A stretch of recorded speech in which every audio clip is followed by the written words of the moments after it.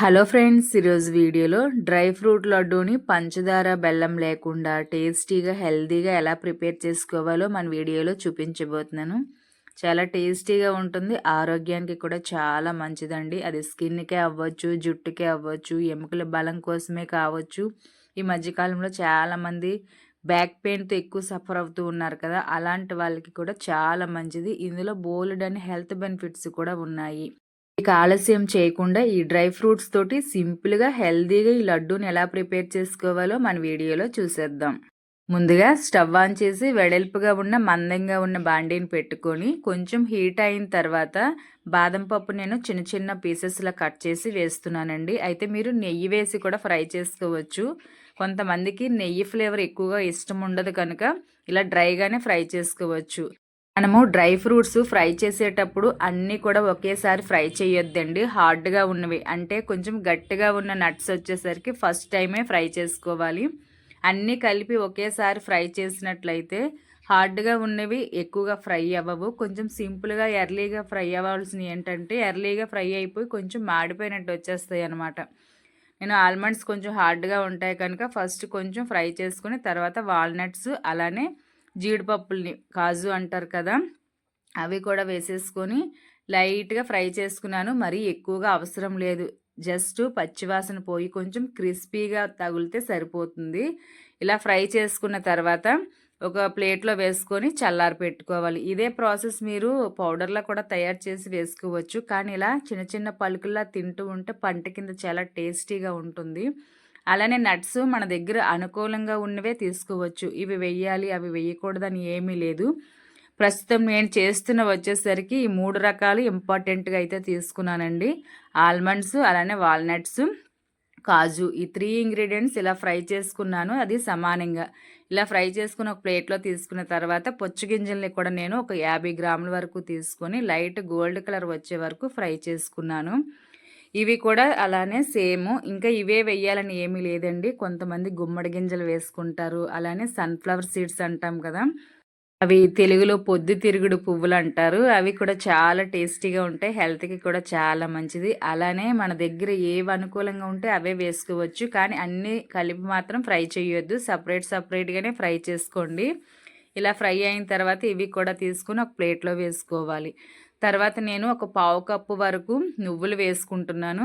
నువ్వులైతే option అండి, ఉంటే వేసుకోండి. ఇందులో చాలా కాల్షియం ఉంటుంది, ఎముకలు బలంగా ఉంచడానికి చాలా బాగా యూజ్ అవుతాయి. ఇవి కూడా చూడడానికి చిన్నగా ఉంటాయి కానీ ఫ్రై అవ్వడానికి అయితే కొంచెం టైం పడుతుంది. లోపల వరకు సమానంగా ఫ్రై అయ్యి పచ్చివాసన పోయి మంచి సువాసన వచ్చే వరకు ఫ్రై చేసుకోవాలి. దగ్గర ఎక్కువగా ఈ నువ్వులు అనుకూలంగా ఉన్నట్లయితే మనము బెల్లం వేసి జీళ్ళు పాకంలా పడుతూ ఉంటాం కదా, పల్లి పాకం ఎలా అయితే పడతామో అలాగ చేసుకున్న చాలా టేస్టీగా ఉంటుంది. పొడుల్లా కూడా తయారు చేసుకోవచ్చు. మనం కారపొడి ఎలా చేసుకుంటామో అలా చేసుకుని రోజుకి 1-2 టీ స్పూన్లు తింటే హెల్త్కి చాలా మంచిది. ఇలా ఫ్రై చేసుకొని వేసేసుకున్న తర్వాత అదే బాండీలోని మరొక పావు కప్పు వరకు నేను అవిసె గింజలు వేసుకున్నాను. వేసుకొని ఇవి కూడా చిట్పట్లాడే వరకు సిమ్లోని మాత్రమే ఫ్రై చేసుకోవాలి. నేను చూపిస్తున్న పప్పులన్నీ కూడా మీరు ఓన్లీ సిమ్లోనే ఫ్రై చేసుకోండి. ఈ విత్తనాలు లాంటివి కూడా హైలో మాత్రం పెట్టొద్దు. చూసారా ఎలా చిట్పట్లాడుతున్నాయి. ఇలా ఫ్రై అయిన తర్వాత ఉట్టుగా తిన్నా సరే చాలా టేస్టీగా ఉంటాయి. ఇలా చక్కగా ఫ్రై చేసుకొని ఇవి కూడా సేమ్ అలానే ఒక ప్లేట్లో చల్లారి పెట్టుకోవాలి. అవిసె గింజలతో కూడా చాలా రకాలుగా రెసిపీస్ అయినా ఈ మధ్యకాలంలో నేను షార్ట్స్లో చూశాను. ఏదో జెల్లలా ప్రిపేర్ చేస్తున్నారు హెయిర్ కంట, అలా కూడా చేస్తున్నారు కొంతమంది. ఇలా ఫ్రై అయిన తర్వాత తీసుకున్న తర్వాత నేను తామర గింజలు కూడా ఒక 1 కప్పు వరకు తీసుకున్నానండి. ఇవి దాదాపుగా ఒక 30 గ్రాములు ఉండొచ్చు వెయిట్లో వచ్చేసరికి. ఇవి కూడా సిమ్లో పెట్టుకొని లైట్గా క్రిస్పీగా వచ్చే వరకు ఫ్రై చేసుకోవాలి. మరి ఎక్కువ హైలో పెట్టినట్లయితే మాడిపోయి ఎక్కువ పొగల్లాగా వచ్చేసి టేస్ట్ కూడా కొంచెం డిఫరెంట్గా వచ్చేస్తుంది, చిన్న స్మెల్ లాగా.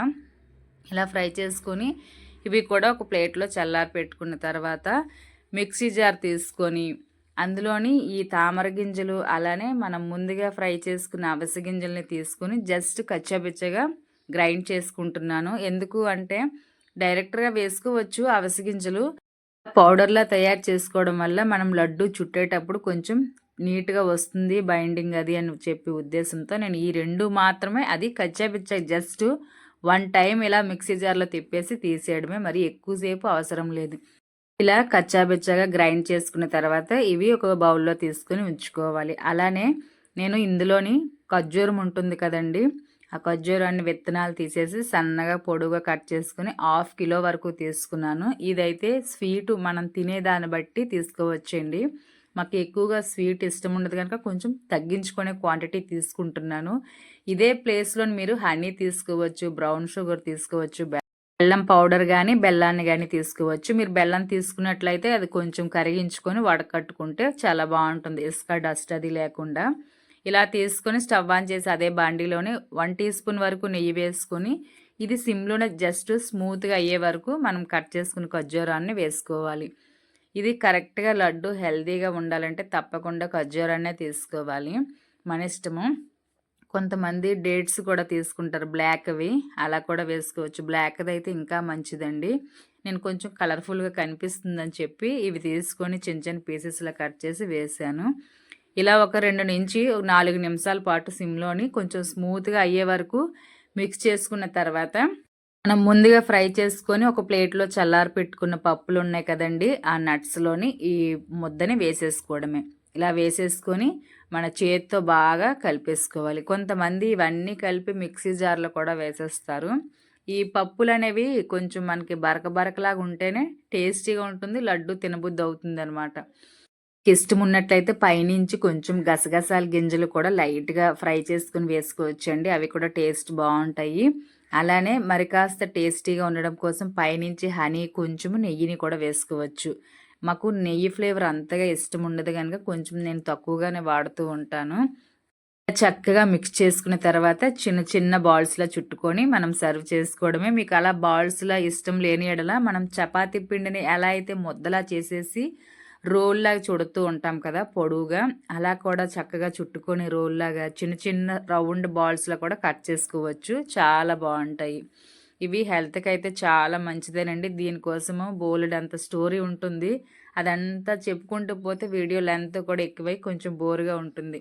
చాలామందికి ఈ మధ్య కాలంలో ఏవో చిన్న చిన్న హెల్త్ ప్రాబ్లమ్స్ రావడము, అలాంటి ప్రాబ్లమ్స్ ఫేస్ చేయడం వల్ల ఏదో హెల్తీ ఫుడ్ తీసుకోవాలనే అవగాహన అయితే ప్రతి ఒక్కరిలోని కూడా వస్తుంది.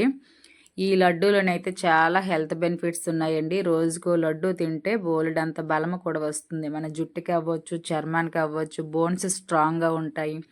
5 ఇయర్స్ పిల్లల దగ్గర నుంచి ప్రతి ఒక్కళ్ళు తీసుకోవచ్చు. కొంతమందిలో షుగర్ ప్రాబ్లమ్ ఎక్కువగా ఉంటుంది ఈ మధ్య కాలంలో.